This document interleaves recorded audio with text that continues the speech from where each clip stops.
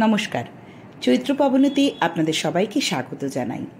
হাজির হলাম চাঁদের পাহাড় পর্ব 13 নিয়ে। আর একটি পর্ব 14 সমাপ্ত হলে আমাদের এই শৃঙ্খলা শেষ হয়। আশা করি আগের পর্বগুলির মতো এই অন্তিম দুটি পর্বও আপনাদের ভালো লাগবে। ভালো লাগলে প্রচুর মাত্রায় লাইক ও শেয়ার করে পাশে থাকবেন। ধন্যবাদ। চাঁদের পাহাড় পর্ব 13। দুপুরের রোদে যখন দিকে দিকে দিগন্তে আগুন জ্বলে উঠল, একটা ছোট্ট পাথরের ঢিবির আড়ালে সে আশ্রয় নিল। 135 ডিগ্রি উত্তাপ উঠেছে তাপমান যন্ত্রে। রক্তমাংসের মানুষের পক্ষে এ উত্তাপে পথ হাঁটা চলে না। যদি সে কোনো রকমে এই মরুভূমির হাত এড়াতে পারত, তবে হয়তো জীবন্ত অবস্থায় মানুষের আবাসে পৌঁছতেও পারত। সে ভয় করে শুধু এই মরুভূমি। সে জানে কালাহারি মরু বড় বড় সিংহের বিচরণ ভূমি, কিন্তু তার হাতে রাইফেল আছে। রাত দুপুরেও একা যতই সিংহই হোক, সম্মুখীন হতে সে ভয় করে না। কিন্তু ভয় হয় তৃষ্ণা রাক্ষসীকে। তার হাত থেকে পরিত্রাণ নেই। দুপুরে সে দুবার মরীচিকা দেখলে। এতদিন মরুপথে আসতেও এই আশ্চর্য নৈসর্গিক দৃশ্য দেখেনি। বইয়েই পড়েছিল মরীচিকার কথা। একবার উত্তর পূর্ব কোণে, একবার দক্ষিণ পূর্ব কোণে। দুই মরীচিকাই কিন্তু প্রায় একরকম। অর্থাৎ একটা বড় গম্বুজওয়ালা মসজিদ বা গির্জা, চারিপাশে খরজুর কুঞ্জ, সামনে বিস্তৃত জলাশয়। উত্তর পূর্ব কোণের মরীচিকাটা বেশি স্পষ্ট। সন্ধ্যার দিকে দূর দিগন্তে মেঘমালার মতো পর্বতমালা দেখা গেল। শঙ্কর নিজের চোখকে বিশ্বাস করতে পারলে না।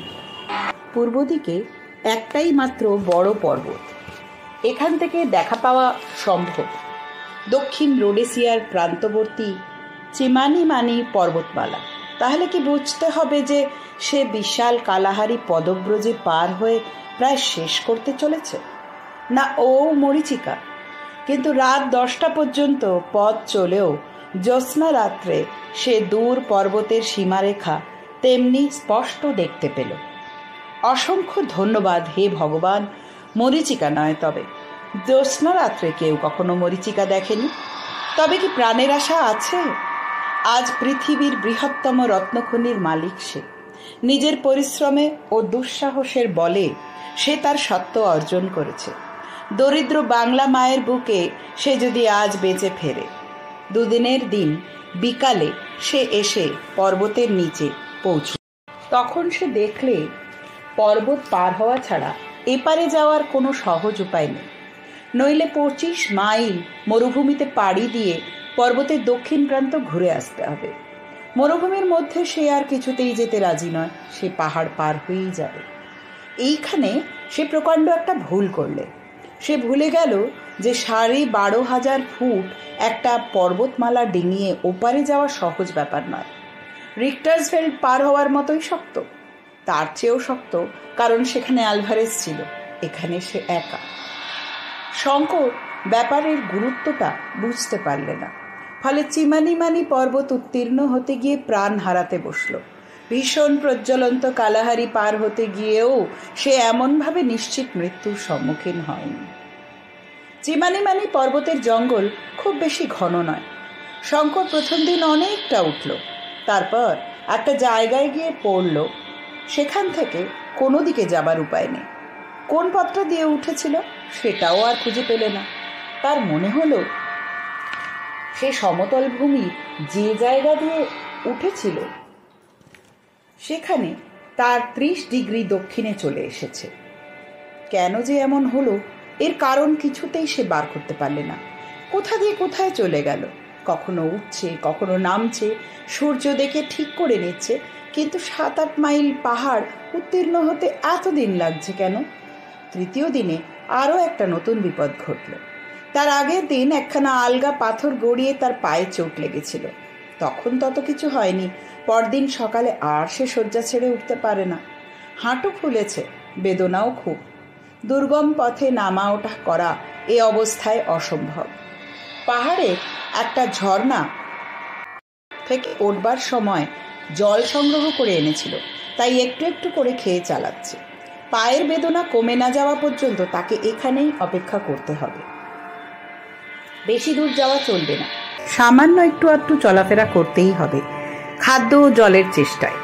ভাগ্যে পাহাড়ের এই স্থানটা যেন খানিকটা সমতল ভূমির মতো, তাই রক্ষা। এই সব অবস্থায় এই মনুষ্য বাসহীন পাহাড়ে বিপদ তো পদে পদেই। একা এ পাহাড় টপকাতে গেলে যে কোনো ইউরোপীয় পর্যটকেরও ঠিক এই রকম বিপদ ঘটতে পারত। শঙ্কর আর পারে না। ওর হৃৎপিণ্ডে কি একটা রোগ হয়েছে। একটু হাঁটলেই ধড়াস ধড়াস করে হৃৎপিণ্ডটা পাঁজরায় ধাক্কা মারে। অমানসিক পথশ্রমে, দুর্ভাবনায়, অখাদ্য কুখাদ্য খেয়ে, কখনো বা অনাহারের কষ্টে ওর শরীরে কিছু নেই। 4 দিনের দিন সন্ধ্যাবেলা অবসন্ন দেহে সে একটা গাছের তলায় আশ্রয় নিলে। খাদ্য নেই সকাল থেকে, রাইফেল সঙ্গে আছে, কিন্তু একটা বন্য জন্তুর দেখা নেই। দুপুরে একটা হরিণকে চড়তে দেখে ভরসা হয়েছিল, কিন্তু রাইফেলটা ছিল 50 গজ তফাতে একটা গাছে ঠ্যাস দেওয়া। আনতে গিয়ে হরিণটা পালিয়ে গেল। জল খুব সামান্যই আছে চামড়ার বোতলে। এই অবস্থায় নেমে সে ঝর্ণা থেকে জল আনবেই বা কি করে? হাঁটুটা আরো ফুলেছে। বেদনা এত বেশি যে একটু চলাফেরা করলেই মাথার শির পর্যন্ত ছিঁড়ে যাচ্ছে যন্ত্রণা। পরিষ্কার আকাশ তলে আর্দ্রতা শূন্য বায়ুমণ্ডলের গুণে অনেক দূর পর্যন্ত স্পষ্ট দেখা যাচ্ছে। দিক চক্রবালে মেঘলা করে ঘিরেছে নীল পর্বতমালা দূরে দূরে। দক্ষিণ পশ্চিমে দিগন্ত বিস্তৃত কালাহারি, দক্ষিণে ওয়াকুকু পর্বত, তারও অনেক পেছনে মেঘের মতো দৃশ্যমান পল ক্রুগার পর্বতমালা। সলসবেরির দিকে কিছু দেখা যায় না। চিমানিমানি পর্বতের এক উচ্চতর শৃঙ্গ সেদিকে দৃষ্টি আটকেছে। আজ দুপুর থেকে ওর মাথার উপর শকুনের দল উঠছে। এতদিন এত বিপদেও শঙ্করের যা হয়নি, আজ শকুনের দল মাথার উপর উঠতে দেখে শঙ্করের সত্যই ভয় হয়েছে। ওরা কি তাহলে বুঝেছে যে শিকার জোটবার বেশি দেরি নেই? সন্ধ্যার কিছু পরে কি একটা শব্দ শুনে চেয়ে দেখলে পাশের শিলাখণ্ডের আড়ালে একটা ধূসর রঙের নেকড়ে বাঘ। নেকড়ের লম্বা ছুঁচালো কান দুটো খাড়া হয়ে আছে। সাদা সাদা দাঁতের উপর দিয়ে রাঙা জিভটা অনেকখানি বার হয়ে লক লক করছে। চোখে চোখ পড়তেই সেটা চট করে পাথরের আড়াল থেকে সরে দূরে পালালো। নেকড়ে বাঘটাও কি তাহলে বুঝেছে পশুরা নাকি আগের থেকে অনেক কথা জানতে পারে? হাড় ভাঙা শীত পড়ল রাত্রে। ও কিছু কাঠকুটো কুড়িয়ে আগুন জ্বাললে। অগ্নিকুণ্ডের আলো যতটুকু পড়েছে তার বাইরে ঘন অন্ধকার। কি একটা জন্তু এসে অগ্নিকুণ্ড থেকে কিছু দূরে অন্ধকারে দেহ মিশিয়ে চুপ করে বসল। কোয়োট, বন্য কুকুর জাতীয় জন্তু। ক্রমে আরো একটা, আরো দুটো, আরো তিনটে। রাত বাড়বার সঙ্গে সঙ্গে 10-15টা এসে জমা হলো। অন্ধকারে তার চারিদার ঘিরে নিঃশব্দে অসীম ধৈর্যের সঙ্গে যেন কিসের প্রতীক্ষা করছে। কি সব অমঙ্গলজনক দৃশ্য! ভয়ে ওর গায়ের রক্ত হীন হয়ে গেল। সত্যিই কি এতদিনে তারও মৃত্যু ঘনিয়ে এসেছে? এতদিন পরে এলো তাহলে? সেও পারলে না রিক্টার্সভিল থেকে হিরে নিয়ে পালিয়ে যেতে? আজ কত টাকার মালিক সে! হীরের খনি বাদ যাক, তার সঙ্গে যে 6খানা হিরে রয়েছে তার দাম অন্তত 2-3 লক্ষ টাকা নিশ্চয়ই হবে। তার গরিব গ্রামে গরিব বাপ মায়ের বাড়ি যদি এই টাকা নিয়ে গিয়ে উঠতে পারত, কত গরিবের চোখের জল মুছিয়ে দিতে পারত। গ্রামে কত দরিদ্র কুমারীকে বিবাহের যৌতুক দিয়ে ভালো পাত্রে বিবাহ দিত। কত সহায়হীন বৃদ্ধ বৃদ্ধার শেষ কটা দিন নিশ্চিন্ত করে তুলতে পারত। কিন্তু সেসব ভেবে কি হবে? যা হবার না। তার চেয়ে এই অপূর্ব রাত্রির নক্ষত্র আলোকিত আকাশের শোভা, এই বিশাল পর্বত ও মরুভূমির নিস্তব্ধ গভীর রূপ। মৃত্যুর আগে শঙ্করও চায় চোখ ভরে দেখতে সেই ইটালিয়ান যুবক গাত্তির মতো। ওরা যে অদৃষ্টের এক অদৃশ্যতারে গাঁথা সবাই, আত্মীয় গাত্তি ও তার সঙ্গীরা, জিম কার্টার, আলভারেস। সে রাত গভীর হয়েছে, কি ভীষণ শীত। একবার সে চেয়ে দেখলে কোয়োটগুলো এরই মধ্যে কখন আরো নিকটে সরে এসেছে। অন্ধকারের মধ্যে আলো পড়ে তাদের চোখগুলো জ্বলছে। শঙ্কর একখানা জ্বলন্ত কাঠ ছুঁড়েও মারতে ওরা সব দূরে সরে গেল। কিন্তু কি নিঃশব্দ ওদের গতিবিধি, আর কি অসীম ধৈর্য! শঙ্করের মনে হলো ওরা জানেই শিকার ওদের হাতের মুঠোয়, হাতছাড়া হবার কোনো উপায় নেই। ইতিমধ্যে সন্ধ্যাবেলায় সেই ধূসর নেকড়ে বাঘটাও দুবার এসে কয়েকদের পেছনে অন্ধকারে বসে দেখতে গিয়েছে। একটুও ঘুমোতে ভরসা হলো না। কি জানি, কোয়েট আর নেকড়ের দল হয়তো তাহলে জীবন্তই তাকে ছিঁড়ে খাবে, মৃত মনে করে। অবসন্ন ক্লান্ত দেহে জেগেই বসে থাকতে হবে তাকে। ঘুমে চোখ ধুলে আসলেও উপায় নেই। মাঝে মাঝে কোয়েটগুলো এগিয়ে এসে বসে ও জ্বলন্ত কাঠ ছুঁড়ে মারতেই সরে যায়। দুই একটা হায়নাও এসে ওদের দলে যোগ দিল। হায়নাদের চোখগুলো অন্ধকারে কি ভীষণ জ্বলছে, কি ভয়ানক অবস্থাতে পড়েছে। জনবিরল বর্বর দেশের জনশূন্য পর্বতের ৩,৫০০ ফুট উপরে সে চলৎশক্তিহীন অবস্থায় বসে। গভীর রাত, ঘোর অন্ধকার, সামান্য আগুন জ্বলছে। মাথার উপর জলকণা শূন্য, স্তব্ধ বায়ুমণ্ডলের গুণে আকাশের অগণ্য তারা জ্বলজ্বল করছে যেন ইলেকট্রিক আলোর মতো। নিচে তার চারিধার ঘিরে অন্ধকারে মাংস লোলুপ নীরব করে হায়নার দল। কিন্তু সঙ্গে সঙ্গে তার এটাও মনে হলো, বাংলার পাড়াগায় ম্যালেরিয়ায় ধুকে সে মরছে না। এ মৃত্যু বীরের মৃত্যু। পদব্রজে কালাহারি মরুভূমি পার হয়েছে সে একা। মরে গিয়ে চিমানিমানি পর্বতের শিলায় নাম খুদে রেখে যাবে। সে একজন বিশিষ্ট ভ্রমণকারী ও আবিষ্কারক। অত বড় হীরের খনি সেই তো খুঁজে বার করেছে। আলভারেজ মারা যাওয়ার পরে সেই বিশাল অরণ্য পর্বতাঞ্চলের গোলক ধাঁধা থেকে তো সে একাই বার হতে পেরেছে। এত দূর এসেছে। এখন সে নিরুপায়, অসুস্থ, চলত শক্তি রহিত। তবুও সে যুঝেছে, ভয় তো পায়নি, সাহস তো হারায়নি। কাপুরুষ ভীরু নয় সে। জীবন মৃত্যু তো অদৃষ্টের খেলা, না বাঁচলে আর তার দোষ কি? দীর্ঘ রাত্রি কেটে গিয়ে পূব দিক ফর্সা হলো। সঙ্গে সঙ্গে বন্যজন্তুর দল কোথায় পালালো। বেলা বাড়ছে, আবার নির্মম সূর্য জ্বালিয়ে পুড়িয়ে দিতে শুরু করেছে দিক বিদিক। সঙ্গে সঙ্গে শকুনির দল কোথা থেকে এসে হাজির। কেউ মাথার উপর ঘুরছে, কেউ বা দূরে দূরে গাছের ডালে কি পাথরের উপর বসেছে, খুব ধীরভাবে প্রতিজ্ঞা করছে। ওরা যেন বলছে, কোথায় যাবে বাছাধন? যে কদিন লাফালাফি করবে করে নাও, আমরা বসি। এমন কিছু তাড়াতাড়ি নেই আমাদের। শঙ্করের খিদে নেই, খাবারের ইচ্ছেও নেই। তবুও সে গুলি করে একটা শকুনি মারল। রৌদ্র ভীষণ চলেছে, আগুন তাতা পাথরের গায়ে পা রাখা যায় না। এ পর্বত মরুভূমির সামিল, খাদ্য এখানে মেলে না, জলও না। সেই মরা শকুনিটা নিয়ে আগুন জেলে ঝলসাতে বসল। এর আগে মরুভূমির মধ্যেও সে শকুনির মাংস খেয়েছে। এরাই এখন প্রাণ ধারণের একমাত্র উপায়।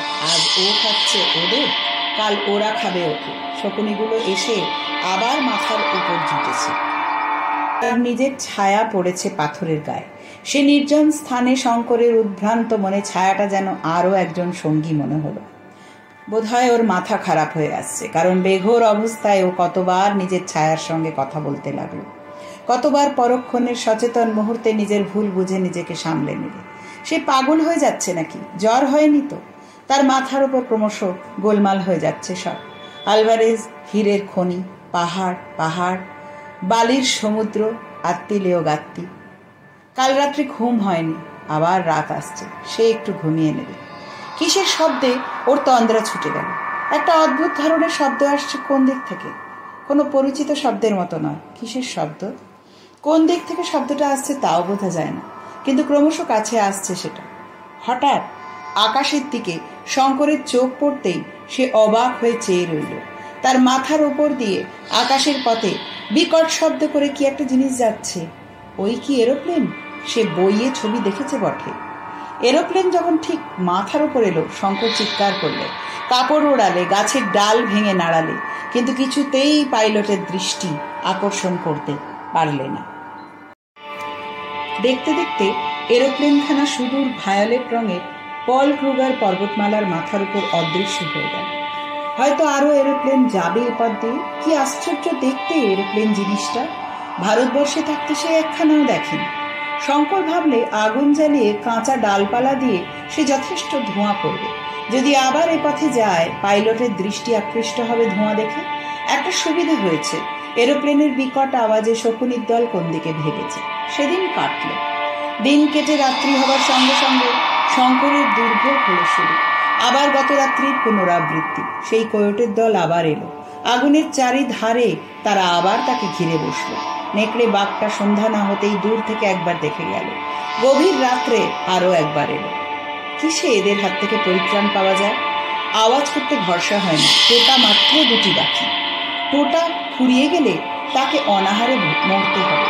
মরতে তো হবেই, তবে দুদিন আগে আর পিছে, যতক্ষণ শ্বাস ততক্ষণ না। কিন্তু আওয়াজ তাকে করতেই হলো। গভীর রাত্রে হায়নাগুলো এসে কোয়োটদের সাহস বাড়িয়ে দিল। তারা আরো এগিয়ে সরে এসে তাকে চারধার থেকে ঘিরল। পোড়াকাঠ ছুঁড়ে মারলে আর ভয় পায় না। একবার একটু তন্দ্রা মতো এসেছিল, বসে বসেই ঢুলে পড়ছিল। পর মুহূর্তে সজাগ হয়ে উঠে দেখলে নেকড়ে বাঘটা অন্ধকার থেকে পা টিপে টিপে তার কাছে এসে পড়েছে। ওর ভয় হলো হয়তো এটা ওর ঘাড়ে ঝাঁপিয়ে পড়বে। ভয়ের চোটে একবার গুলি ছুড়ল, আর একবার শেষ রাত্রের দিকে ঠিক এরকমই হলো। কোয়েটগুলোর ধৈর্য অসীম, সেগুলো চুপ করে বসে থাকে মাত্র, কিছু বলে না। কিন্তু নেকড়ে বাঘটা ফাঁক খুঁজছে। রাত ফর্সা হবার সঙ্গে সঙ্গে দুঃস্বপ্নের মতো অন্তর্হিত হয়ে গেল কোয়োট, হায়না ও নেকড়ের দল। সঙ্গে সঙ্গে শঙ্করও আগুনের ধারে শুয়েই ঘুমিয়ে পড়ল। একটা কিসের শব্দে শঙ্করের ঘুম ভেঙে গেল। খানিকটা আগে খুব বড় একটা আওয়াজ হয়েছে কোনো কিছু। শঙ্করের কানে তার রেশ এখনো লেগে আছে। কেউ কি বন্দুকের আওয়াজ করেছে? কিন্তু তা অসম্ভব। এই দুর্গম পর্বতের পথে কোন মানুষ আসবে? একটিমাত্র টোটা অবশিষ্ট আছে। শঙ্কর ভাগ্যের উপর নির্ভর করে সেটা খরচ করে একটা আওয়াজ করলো। যা থাকে কপালে, মরছেই তো। উত্তরে দুবার বন্দুকের আওয়াজ হলো। আনন্দ ও উত্তেজনায় শঙ্কর ভুলে গেল যে তার পা খোঁড়া, ভুলে গেল সে যে একটা না বেশি দূর যেতে পারে না। তার আর টোটা নেই, সে আর বন্দুকের আওয়াজ করতে পারলে না। কিন্তু প্রাণপণে চিৎকার করতে লাগলো, গাছের ডাল ভেঙে নাড়তে লাগলো, আগুন জ্বালাবার কাঠকুটোর সন্ধানে চারিদিকে আকুল দৃষ্টিতে চেয়ে দেখতে লাগলো। ক্রুগার ন্যাশনাল পার্ক জরিপ করবার সময় কিম্বার্লি থেকে কেপটাউন যাওয়ার পথে চিমানিমানি পর্বতের নিচে কালাহারি মরুভূমির উত্তর পূর্ব কোণে তাঁবু ফেলেছিল। সঙ্গে 7খানা ডবল টায়ার ক্যাটারপিলার চাকা বসানো মোটর গাড়ি। এদের দলে নিগ্রো কুলি ও চাকর বাকর বাদে 9 জন ইউরোপীয়। জন 4 হরিণ শিকার করতে উঠেছিল চিমানিমানি পর্বতের প্রথম ও নিম্নতম থাকটাতে। হঠাৎ জনহীন অরণ্য প্রদেশে সভ্য রাইফেলের আওয়াজে ওরা বিস্মিত হয়ে উঠল। কিন্তু ওদের পুনরায় আওয়াজের প্রত্যুত্তর না পেয়ে ইতস্তত খুঁজতে বেরিয়ে দেখতে পেলে সামনের একটা অপেক্ষাকৃত উচ্চতর চূড়া থেকে এক জীর্ণ ও কঙ্কালসার কোটরগত চক্ষু প্রেত মূর্তি উন্মাদের মতো হাত পা নেড়ে তাদের কি বোঝাবার চেষ্টা করছে। তার পরনে ছিন্ন ভিন্ন অতি মলিন ইউরোপীয় পরিচ্ছদ। ওরা ছুটে গেল। শঙ্কর আবল তাবল কি বকলে ওরা ভালো বুঝতে পারলে না। যত্ন করে ওকে নামিয়ে পাহাড়ের নিচে ওদের ক্যাম্পে নিয়ে গেল। ওর জিনিসপত্রও নামিয়ে আনা হয়েছিল। তখন ওকে বিছানায় শুইয়ে দেওয়া হলো। কিন্তু এই ধাক্কায় শঙ্করকে বেশ ভুগতে হলো। ক্রমাগত অনাহারে, কষ্টে, উদ্বেগে, অখাদ্য কুখাদ্য ভক্ষণের ফলে তার শরীর খুব জখম হয়েছিল। সেই রাত্রেই তার বেজায় জ্বর এলো। জ্বরে সে অঘোর অচৈতন্য হয়ে পড়ল। কখন যে মোটর গাড়ি ওখান থেকে ছাড়লো, কখন যে তারা সলসবেরিতে পৌঁছলো, শঙ্করের কিছুই খেয়াল নেই। সেই অবস্থায় 15 দিন সে সলসবেরির হাসপাতালে কাটিয়ে দিলে। তারপর ক্রমশ সুস্থ হয়ে মাসখানেক পরে একদিন সকালে হাসপাতাল থেকে ছাড়া পেয়ে বাইরের রাজপথে এসে দাঁড়ালো। পর্ব 13 সমাপ্ত।